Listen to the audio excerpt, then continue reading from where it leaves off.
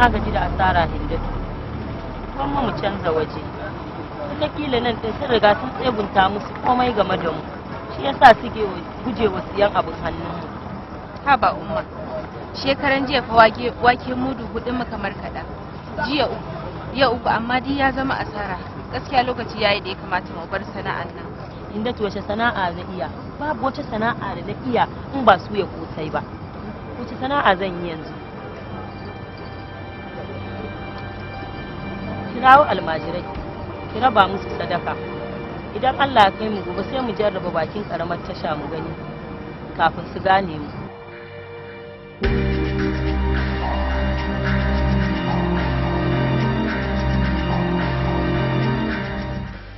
Duniya kin haifi 'ya'ya daban-daban.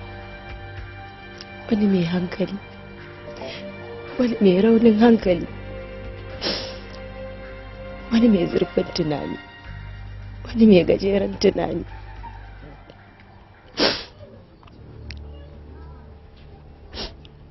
Mutane ba sa aiki da tauhidi Hindatu. Sun manta cewa Allah shi ne yake bayarwa kuma shi yake hanawa. Sun manta cewa babu wani wanda ya isa ya hana ka samun abin da Allah ya nufe ka da samu. Babu wani ɗan adam ɗin da ya isa ya wadata bawan shi, face sai in Allah ne ya wadata shi.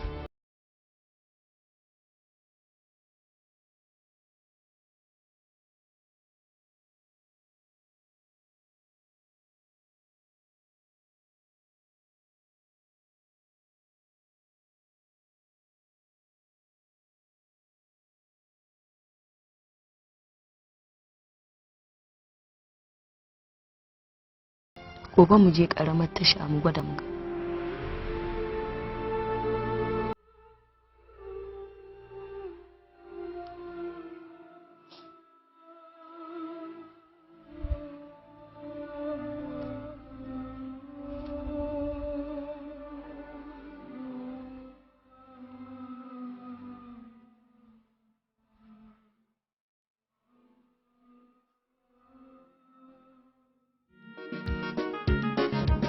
aini na kowa farin ciki da matan nan ta ba gurin nan don tun da ta zo gurin nan ta fara kosai ciniki na ya ja baya kuma da ganin mutanen nan ma kai gadon talauci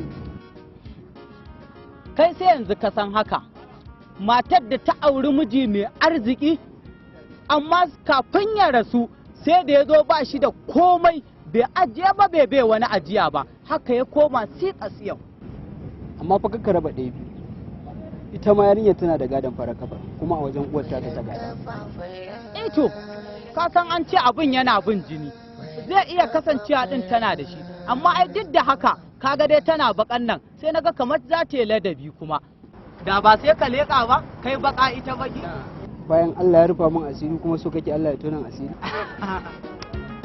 bari na koma alawan nan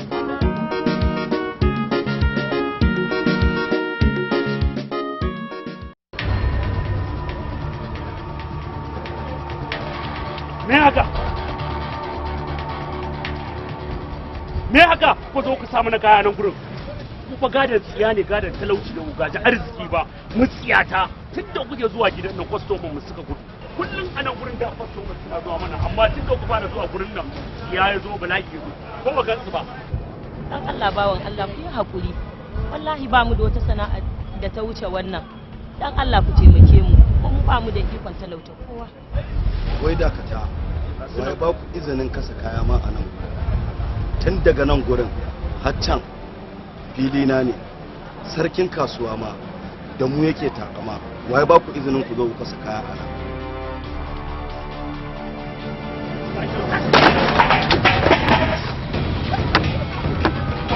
wane da Allah wallahi yau sai ku gidan ha ba malam wannan wace irin magana ce haka ke don kalla miki mari wallahi ki kara magana wacce ka haife ki ma wallahi ba ta isa ta magana ba balantana ke Allah ku ya haƙuri wallahi duk yanda aka yi tsakanin uwa da ke yar wallahi akwai matsala ya za a yi uwa fara ya baka mutsiyata da bukaci arziki ba kuwa ne da Allah za ku wani kalla miki mari ba su ga ku mutsiyata da bukaci arziki ba kuna kasa mana kayan nan ku zuba da Allah kana ganin wannan kasan tsohuwar tsiya Allah ya taimaki ka ji arziki ba kin zo da wata yarki da ma kala ce da ma rage amma tsiya wannan gurin wallahi mun ƙara zuwa sai mun yi raga da ke musamman wannan tsohuwar wallahi sai ya gyara mata zama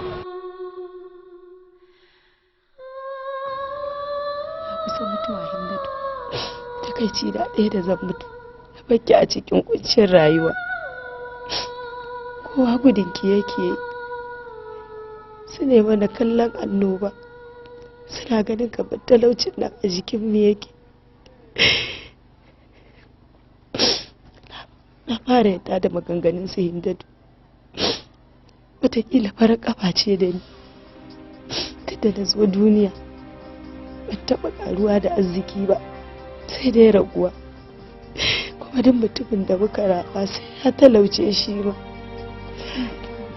kina ƙoƙarin aikata babban zunubi umma kina nufin mu ne ke jawo mutane talauci ni dai na san babu mai iya aikata hakan sai mahaliccin talaucin da kanshi kuma shi ke raba ta ga duk wanda ya zo haka ma arziki na gaji da ba zan sake fita ba zan sake zuwa wurin suya kosai ba sai da yunwa ta kashe ta a cikin gidan nan umma ki daure mu canza waje in ba mi sana'ar nan ba me za mu ci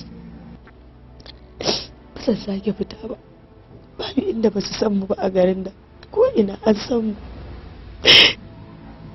to umma ki rika toyawa a gida in so ni zan rika fita da shi dole ne mu yi wannan abin saboda mu samu abinci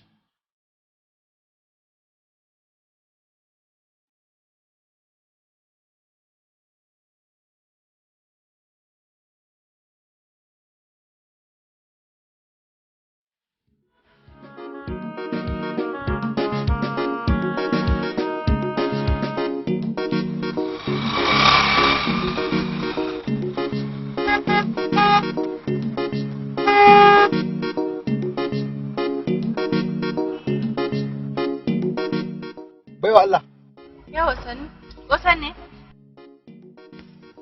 gashi ki min sadaka to Allah ya bada sa'a Allah ya shiga tsakaninka da makiyanka sannan Allah ya sa ladar sadakan nan ta bi ka har kabari wannan addu'a fa zaka ce niwa kai mai niyyar bada sadaka dalla kira makaranta ne makarantar boko kenan ko eh ba na boko saboda ba ni da lokaci dan lokacin da nake samu da ni da mahaifiyata muna neman abin da zamu ci a ciki wani lokaci a wuni da kyar muke samun abincin da zamu ci so biyu to kaga babu lokacin makaranta amma dai na dan yi na arabiya kadan me sunanki suna na Hindatu mai kusa Hindatu ke kikkiawa ce agode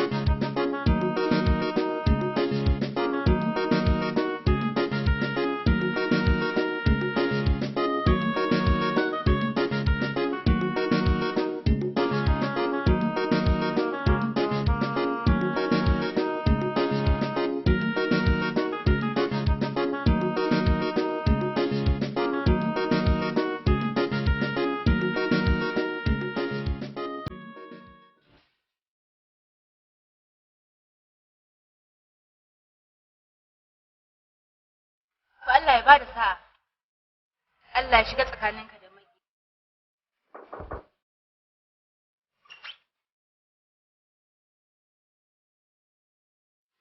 assalamu alaikum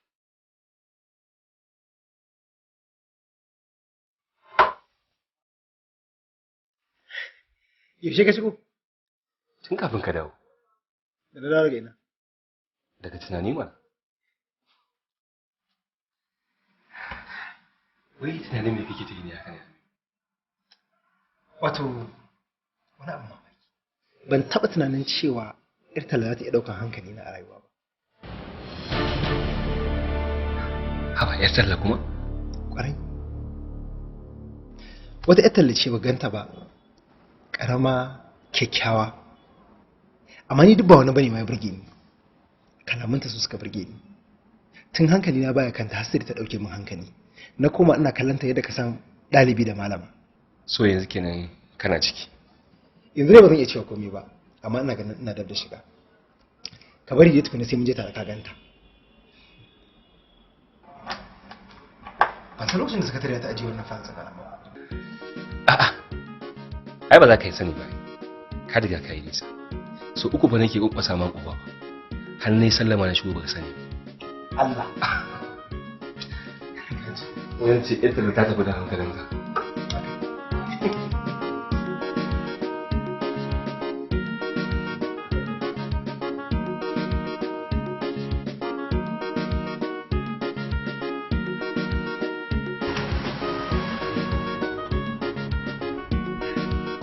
A nan gurin na ganta. Na ɗauka ma gurin zaman ta kenan. Wataƙila yawo ma take. In ma ba ci sa'a ba ina ganin ba ka sake ganin yarinyar nan ba fa. Haba Ismail. Wannan wani irin mummunan fata ne? Za ka yi min irin wannan fata?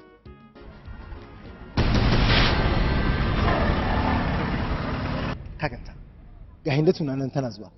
Kaga ƴar da cikin cikakken hijabi da alamun fuskar ta fa akwai kunya fa. Yarinyar nan kyakkyawa ne, kai gaskiya ne. Yarinyar nan kyakkyawa ce. Idan aka ci sa'a ma yarinyar nan tana tarbiyya sosai. Hindatu. Assalamu alaikum. Ayyuka alaikum salam. Ai tana take muke ta jira. Ai tun daga nesa na hango ku ina ta sauri kar wata ta riga ni. Yau ne nawa kuke so? Na 2000 nake so. 2000? To ai duka bai wuce 630 ba. Shikenan ba damuwa. Ki zuba da 600 in ya so gobe da jibi ma sai ki ci gaba da bayar sadaka kawai. Ka ce kai dan juye ne kenan. To babata ta hana ni mu'amala da mutane irin ku. Kuma babu wani abin da zaka iya zuwa da shi ka yaudare ni. Baiwa Allah. Ki haƙuri mana. Ba a nufin abokina ba kenan. Ko kaɗan a cikin zuciyar shi bai da wani mummunan niyya. Shi yana ganin kawai kamar bai so ki ta wahala ne shi isa. Ina ruwansa da ni to? Kaga tun ina jaririya ake zama da ni a bakin kaskon tuya. Mai ya fantsala a jikina ya ƙona ni. Haka da na mallaki hankalina ma da wannan abin nake yawo da shi a kaina ina talla. To wace wahala ce za ta tsorata ni da har yake tunanin zai min maganinta? Kawai dan yana da wani abu a ransa? Kinga, karki mun mummuna fahimta. Abinda abokina gaya miki gaskiya ne. Ina son ki kuma da aure nake son ki. Aure? Kaga wannan ya sake tabbatar min da cewa kai mayaudari ne. Ta ya kake tunanin hankalina zai yadda cewa kai da aure kake sona? Ta abokin. Yanzu hankalin mutane sai ya dawo kan. Kamata yayin mu nemi inda gidansu yake. To Ismail ya zai mu san inda gidan nasu yake. Wataƙila daga cikin yaran almajiran nan mu samu wanda ya san gidansu. Shikenan mu je.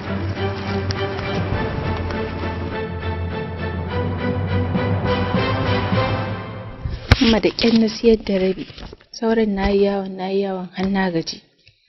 Akwai wata mata da nake zama a kusa da ita, wata mai kunu. Yau hakora ta yi, wai tun da na fara zama aka daina siyan kununta. Wannan kuɗin sun ishe mu cefanen yau Hindatu. Idan kika gama abin da kike yi, sai ki je ki yi mana cefane. To, kuma yau fatan tsaki nake so. Hindatu, duk abin da kike so ki ci, ki dafa, in dai har bai fi karfin mu ba. Assalamu alaikum, Allah salama da Hindatu. Wai in jiwa? Wai su ne a waje a cikin mota. Hindatu, suwa kuma kika jajibo mana? Wallahi Umma ban san su ba sai dai in biyo ni suka yi. Me suka ce maka sunan su? Ba su faɗa mu. Kin san su mana Hindatu tun da gashi har kin san da batun zuwan su. Wasu ne suka nemi su yi min juye sai na ki. To ina tsammanin su ne suka biyo ni har gida. Yaro, je ka ce su shigo kaji? Su shigo.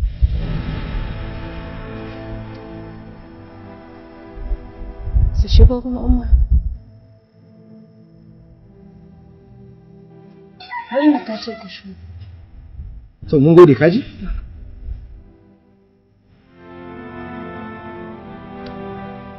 Ta bani labarin ku.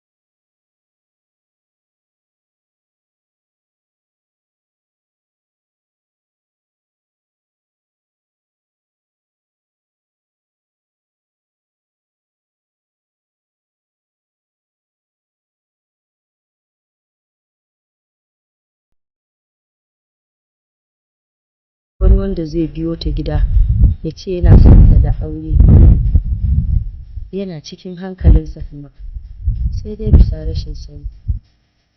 Umma, me yasa kike faɗan haka? Ni na ga Hindatu kamilar mace ce. Sannan gashi tana da ilimin addini da hankali da nutsuwa kuma ga girmama mutane. Haka ne, kuma na yarda da duk abin da ka lissafa game da 'yata. To amma tun da take babu mutumin da ya taɓa zuwa ya ce yana son ya aure ta. Saboda mutane suna ganin kamar wata musifa ce wacce idan suka aure ta za ta iya rusa duk wani abu nasu. Subhanallahi. Wannan ai ba wani abu ne a guri na umma. Yau ba wani abu da nake gani a tattare da ita illa alkhairi. Lokacin da na auri mahaifinta, mutum ne shi mai tarin arziki, amma kafin barinsa duniya, duk abin da ya mallaka sai da ya ƙare. Don haka mutane suke kirana da mai farar ƙafa.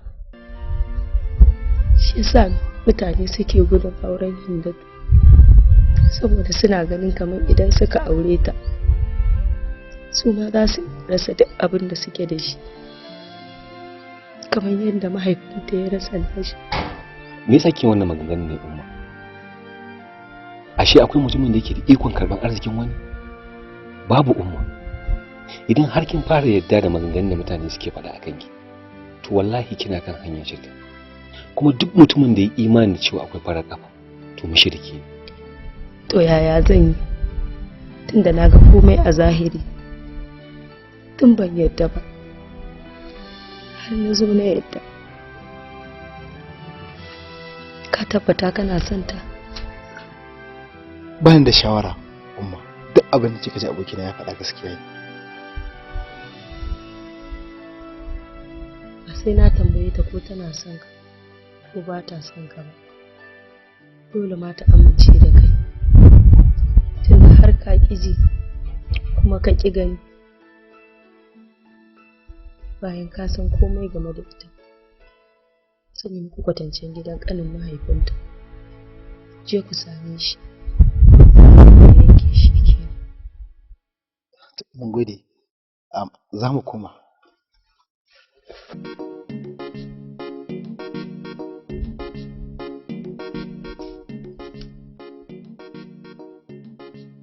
Da wata wahala kuma.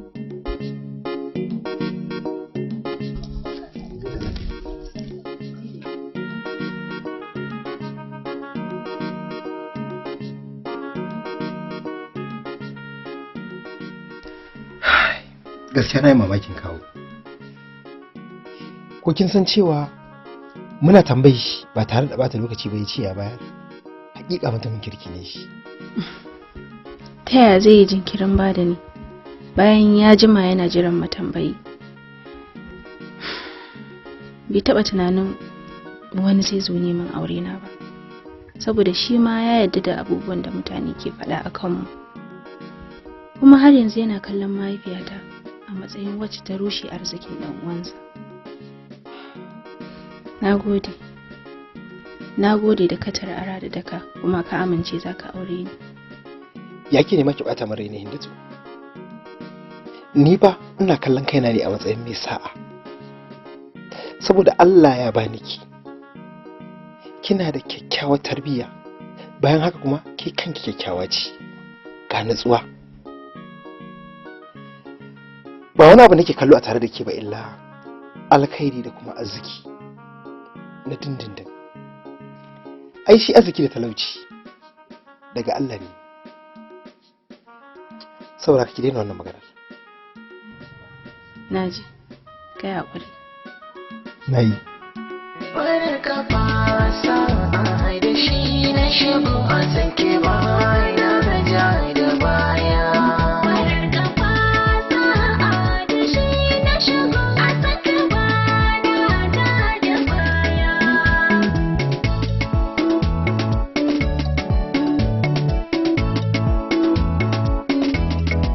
Barka fasa ni na take sa'a na sami diya mai kyau da da'a. In dai umarni ba ta cewa a'a, na gane kin yi dacin ɗabi'a. A cikin zuciya kin samu guri na yarda zan zauna da ke. Barka fasa da shi na shigo a sanke baya na ja da baya. Kowa gudu na yake hakika, kowa da kusanta yi ta shaka. Kai ka biyo ni ka ce so da baka, lamarin da mamaki hakika. Bai sanye ba a rayuwa in saka a duniya ka yi mini komai. Barka fasa da shi na shigo a saka bana ja da baya. Ni na ji na gani ba ni shakka, in yau zama nake shi na ɗauka. Ba ni gudu ko za a duka, na yarda zan zauna da ke. Barka fasa da shi na shigo a saka bana ja da baya.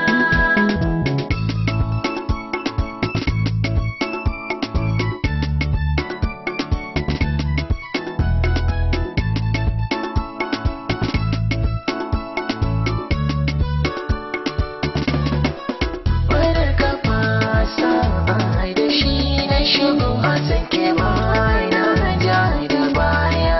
Ashe hakan ne rayuwa da jarabta, sai mai haƙuri za ya fahimta. Bakin zaton sai na kai faranta, farin ciki gaba da mai misalta. Jigo wigo ungo soyayya ta sa a ranka ba ni juya baya. Barka fasa da shi na shigo a saka bana ja da baya. Nai alkawarin zan baki ɗauki, ki cire damuwa cikin ranki. Ni zan aure ki in biya sadaki, kowa ya shaida na zama naki. Ni godiya amma ya saka ma, ni ma na gode sahibata. Barka fasa da shi na shigo a saka bana ja da baya. Barka fasa da shi na shigo a sanke baya na ja da baya.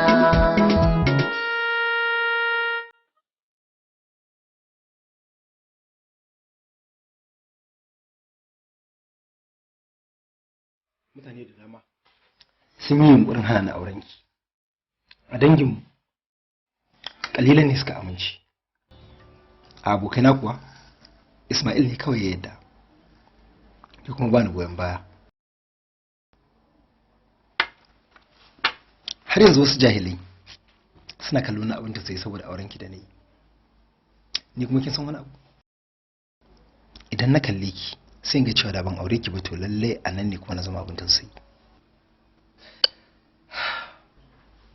Wato wasu mutane sukan manta da Allah al'amuransu. Ni dai a kullum gode maka nake saboda na san da ba dan akwai mutane irin ku a duniya ba da sai dai tsufa a gida. Kake faɗa haka. Ni ba yanzu ban yarda cewa babu mutane da suke son ki ba. Kawai dai ina ganin Allah ya kaddara ni zan riga su bayyana.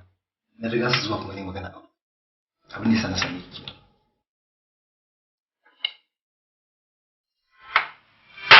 An zo da boss.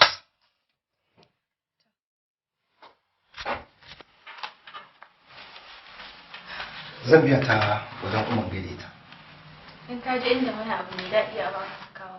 Abu mai daɗi kuma me? Yau wajen sati kenan ban sha fitan tsaki ba. In dai fitan tsaki ne to ba ki samu a wurinta ba saboda ita ma ta daina sha. Ki dai faɗi wani abu. Sai na dawo. Sai ka dawo.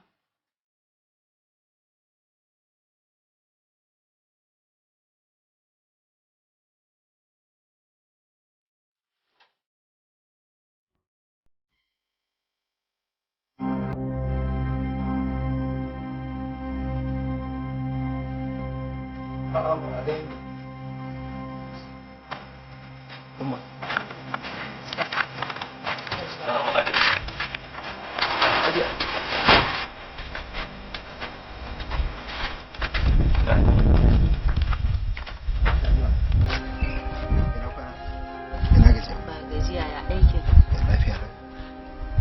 Malam Aminu, wannan kaya haka gaskiya hidimar da ake yi da mu ta yawa. Umma, ai babu wata ɗawainiya tsakanin ɗa da kuma uwa. Ban da wata uwa da ta wuce ki a duniyan nan. Samun ki shi ya bani yancin maraicin da nake ciki. Gode, Allah ya saka da alkhairi. Allah ya ƙara buɗe. Zan koma, zan wuce ofis. To shikenan idan ka koma gida ka ce ina gaida Hindatu. Allah ba ni sa'a.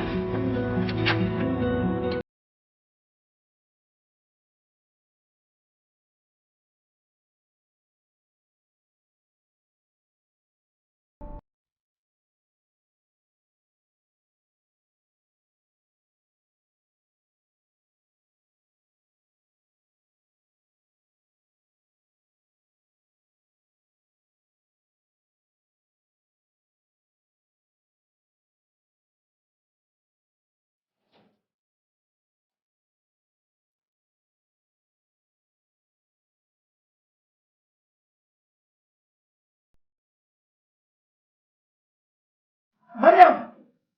Maryam!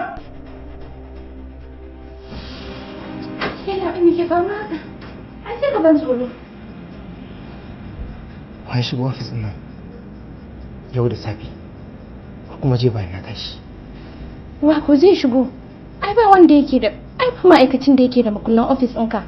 Hatta madara da kanshi ba shi da bai san yadda makullanka suke ba sai dai ko idan wani ka bawa. Ban ba kowa ba. Babu kuma wanda ya san da nake ajiye makullin nan. Amma na shigo na zo na tarar sif ɗina na buɗe kuma an kwashe kuɗin da ke ciki kaf ba abin da aka bari. An kwashe kuɗi? La ilaha illallah. Allah ranka daɗe kamar rai ya labai. Ban san komai a kai ba, ban taɓa riƙe makullan ofis ɗinka ba. Na sani Maryam, na san ba ke kika sace kuɗin nan ba. A kullum na zautar da ofis ɗin nan, ni na buɗe ofis ɗin da kaina. Amma Maryam, an sace kuɗin gaba ɗaya. Ina zan fara neman kuɗin nan? Wajen wasan ci? Wasan tambaya? Da ya za in biya wannan kuɗin in ba a gansu ba? Maryam ya sani. Ke Maryam, kya iya tafiya ba ki da laifin komai. Saboda kamfani ta ba shi dama don ya kare dukiyar kamfanin nan. Ki za ki iya tafiya.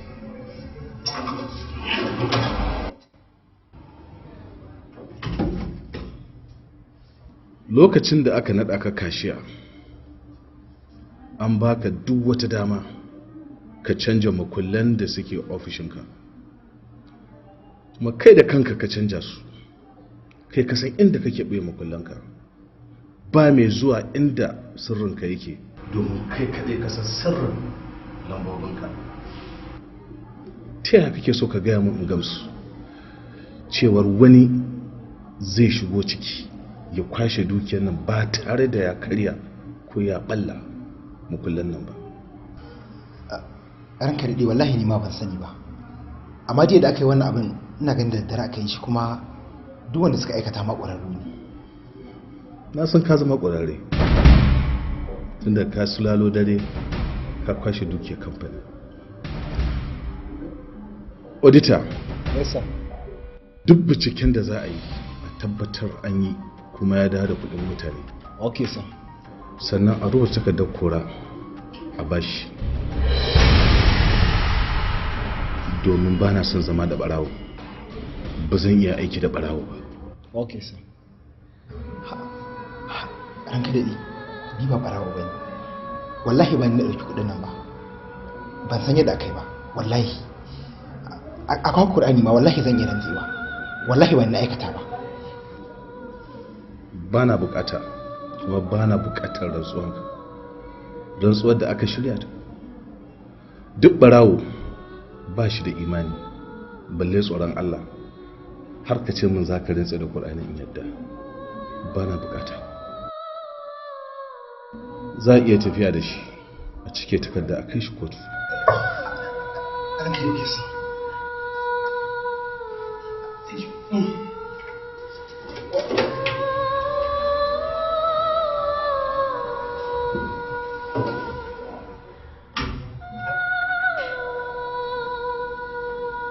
Tun da rana nake kiran wayarsa har zuwa la'asar baya shiga, to daga lokacin ne hankali na ya tashi, saboda na san ya saba dawowa gida da rana da ya ci abinci.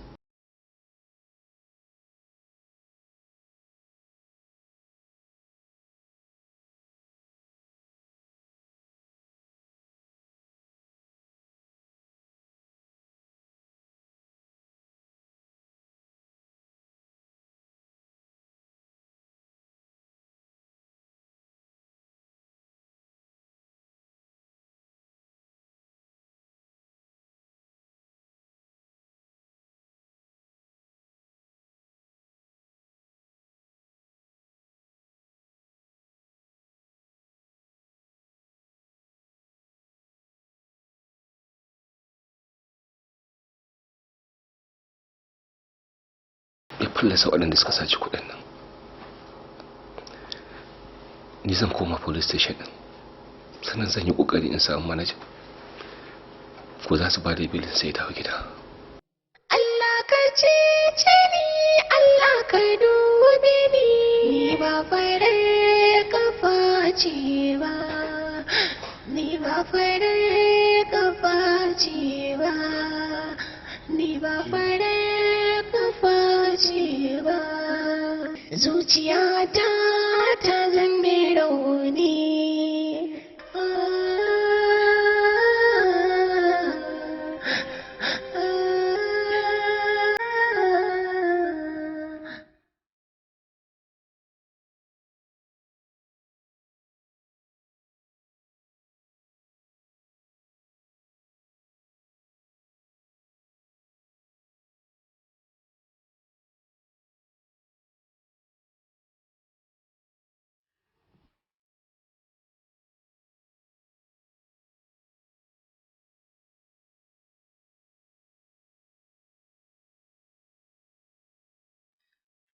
A ofishin 'yan sanda ya kwana.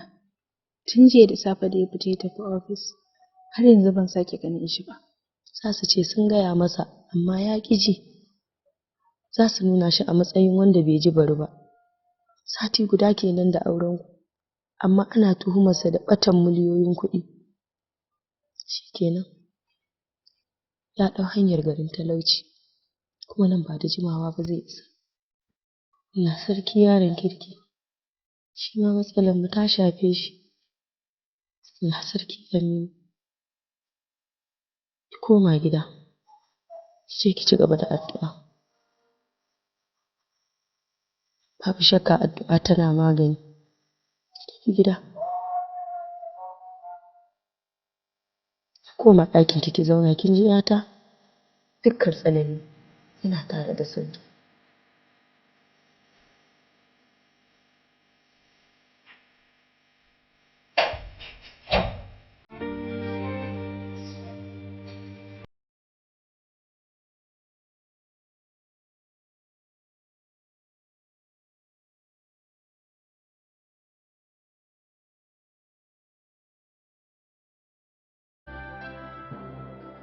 Haka suka mai min da shi?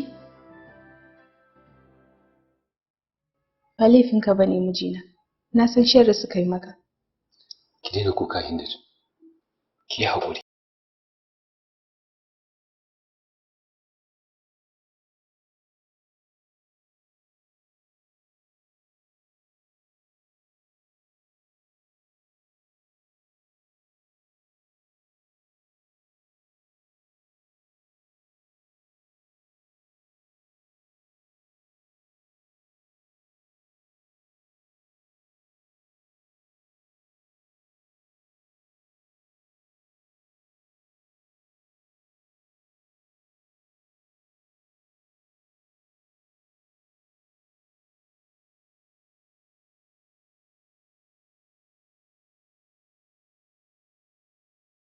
Mutuwa da wannan rayuwar da nake ciki yanzu. Jarabawar kenan Aminu, tana zuwa ta fuskoki daban-daban. Wani ta zo da sauƙi, wani kuma ta zo da wuya. Ka daure ka ci jarabawar nan Aminu. Allah zai kawo mana mafita.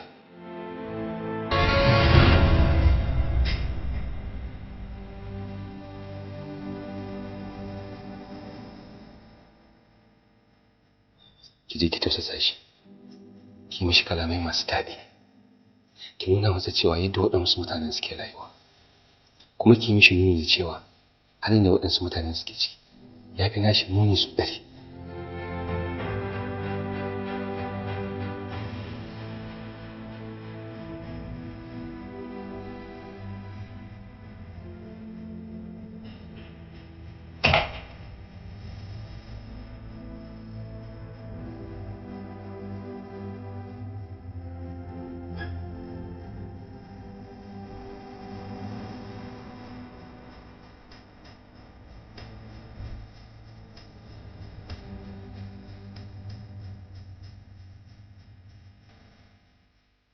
Ina so ka ɗauka wannan ƙaddara ce, kuma tana kan kowa.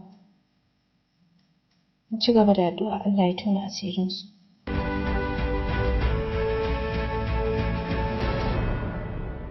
Abin nan bai baki mamaki ba. Talaucin dare ɗaya cikin awa 24. A cewar haka, ina da gidaje biyu, ina da filaye, sannan ina da kuɗaɗe a banki. Amma yanzu ko allura ban da ita, saboda kawai za a ƙwace gidajena a yi kwancensu. Za a karɓi kuɗaɗena da suke banki akan laifin da ban san hawa shi ba, ban san saukar shi ba. Ban taɓa ganin irin wannan ƙaddar ba. Ka zurfafa tunaninka mijina. Duniyar nan ma ana rasa ta gaba ɗayanta cikin minti ɗaya. Akan rasa mata da yara, akan rasa abokai da dangi, balle dukiya mai tafiya ta dawo. Ki tattara mana kayan. Ba zan jira har lokacin da suka ɗiba mun ya cika ba, kuma da sassafe mu tattara gidan nan. Saboda in har ina cikin gidan nan suka zo, da kashi zai iya kashe ni. Ki tattara mana kayan mu.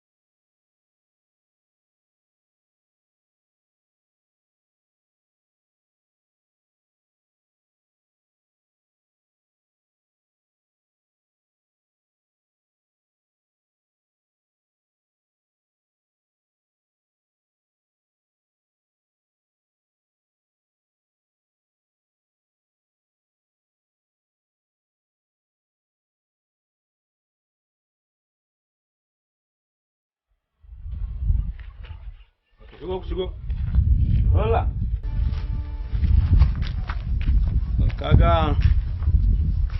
kaga yadda yanayin gidan yake, ni gani nake yi ba iya rayuwa za ka yi a cikin gidan nan ba.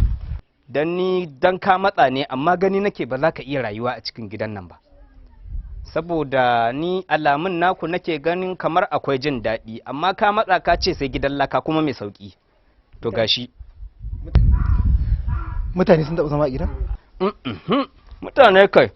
A nan gidan da ka gani wato shekaran jiyan nan mutane suka bar cikin gidan nan. Kuma abin da ya fidda su gidan ya musu kuɗi da yawa. 5,000 muke ansa a shekara. Suka ce ya musu tsada in nemo musu na ƙasa da haka.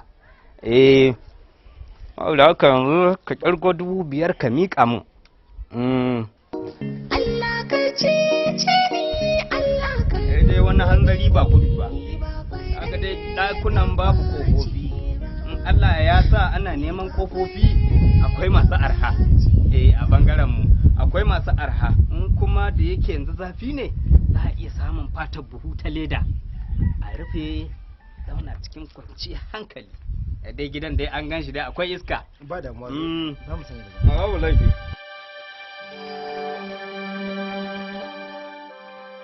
Inda za ki zama a gidan nan? To, in dai za ka zauna ni ma zan iya zama ko da agogo ne. Shikenan. Mu je mu ga ɗakuna. Allah ka cece ni, Allah ka dube ni, ba farar kafa ce ba, ni ba farar kafa ce ba, ni ba farar kafa ce. Hatta gadaji da kujeru da tukwane da komai na gidan nan sai da aka yi gwanjansu. Yadda ka gama ɗin haka mutanen suka bamu. Amma nan wurin bai dace da kai ba, Aminu. Shi dace da ni saboda ba ni da kuɗin da zan iya kama wanda ya fi wannan. Yanzu mai abin yi ne. Dama kai ne kake taimakona, kuma kai ma gashi yadda Allah ya al'amar. Kuma gashi ban san ko za ka iya yin aikin da nake yi ba. Tuƙin mota? Idan za ka iya yi sai mu fara fita tare. Kaga hankali za a rage na cefa ne. Idan ya so Allah ya sa maka dace, kaga wani sai ya baka mota ko kuma mu riƙe mai gidana ya baka. Na gode. Allah ya saka da alheri. Allah ya bazumanci. Fara kafa fara.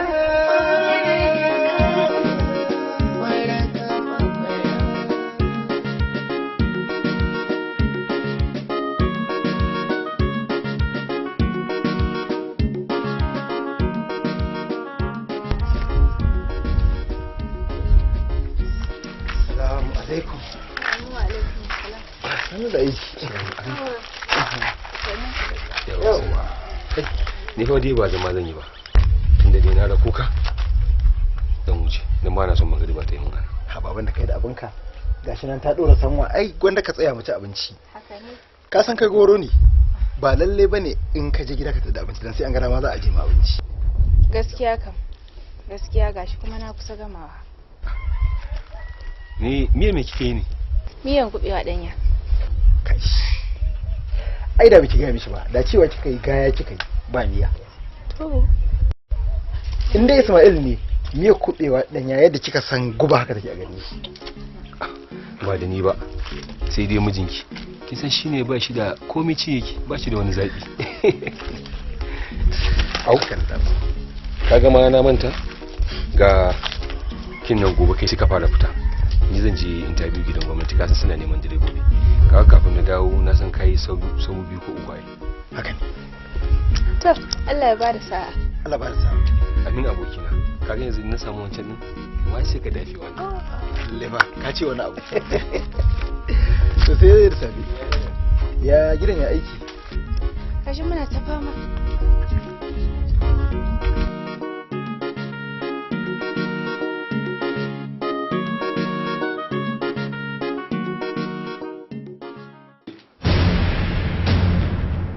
Lillahi wa inna ilaihi raji'un. Ina fatan dai bai mutu ba. Ba sojojin ba. To alhamdulillah. gani nan zuwa malam, na gode.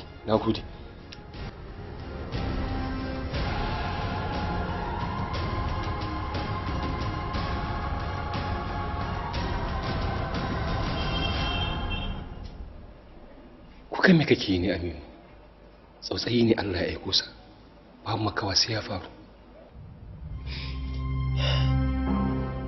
Duk fasinjojin da ke cikin motar nan ba wanda wani abu ya faru da shi.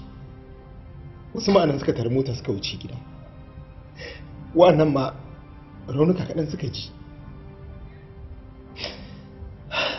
Idan ka kalli motar nan ba abin da zai amfana a jikinta, za ka ɗauka cewa babu wanda ya rayu a cikinmu. Abin da ke bani mamaki shi ne me yasa motar ka kaɗai ne abin da ya faru da ita? Me yasa? Ya kake mun tambayar da Allah kaɗai ke da amsarta. Ana yin hatsarin jirgin sama sannan mutane su tsira da ransu. Wannan abin da ya faru kaddara ce daga Ubangiji. Ko da ni kaina ne nake tuka motar nan zai iya faruwa a kaina. Ba zai faru da kai ba, in kai ne Ismail, ba zai faru da kai ba. Ni ma ya faru da ni ne saboda ba abin zan taɓa ya zama alheri. Don me za ka faɗa haka? Saboda ina zaman zamana, ina cikin jin daɗi. Na je na auri Karfa, wacce banda talauci da tsiya ba abin da ke tare da ita.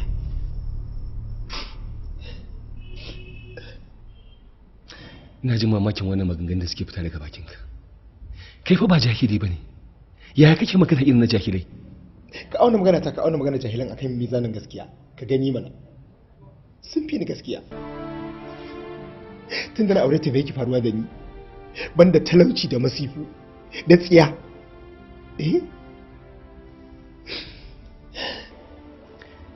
Ba laifinta bane Aminu. Wallahi babu yinta a ciki.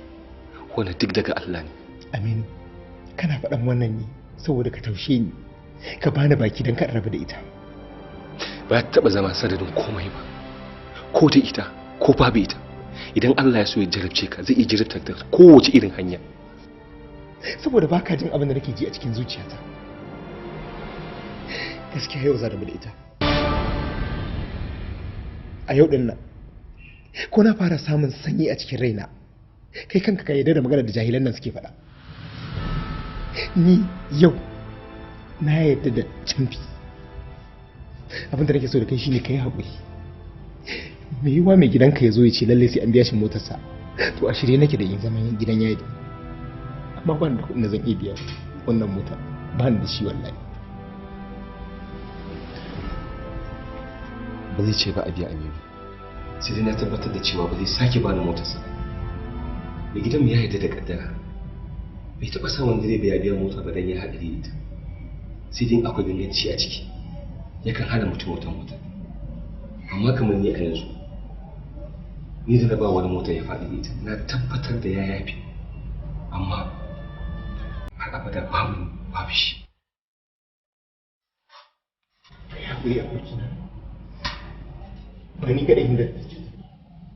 Kada kai haƙuri.